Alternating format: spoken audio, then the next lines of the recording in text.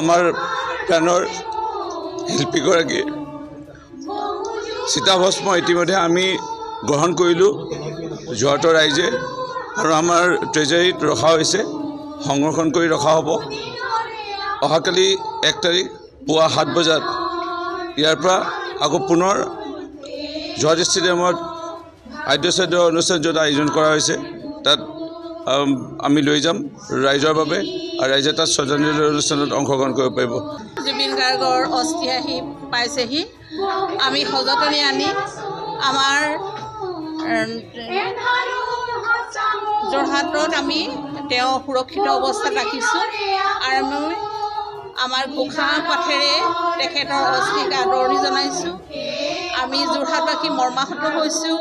তেখেতক আমি কিহেৰে পুজিম, কিহেৰে কৰিম। কাইলৈ শ্ৰদ্ধাঞ্জলি অনুষ্ঠান পাতিছোঁ আমাৰ খেলপথাৰত, আৰু আমি সদৌ যোৰহাটবাসীয়ে গোটেই অসমবাসীৰ কি ভাৰতবাসীৰ এজন সংগীত সাগৰ, সংগীত সূৰ্য জুবিন গাৰ্গক হেৰুৱালোঁ, আৰু তেখেতে পুনৰ জনম লওক, তেখেতে নতুন প্ৰজন্মক পুনৰ আশীষ প্ৰদান কৰক, এয়াই আমাৰ একান্ত কামনা।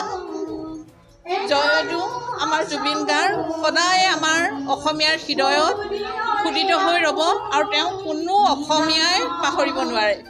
সকলোৰে হৃদয়ত তেওঁ জুবিন গাৰ্গ হৈ ৰৈ গৈছে।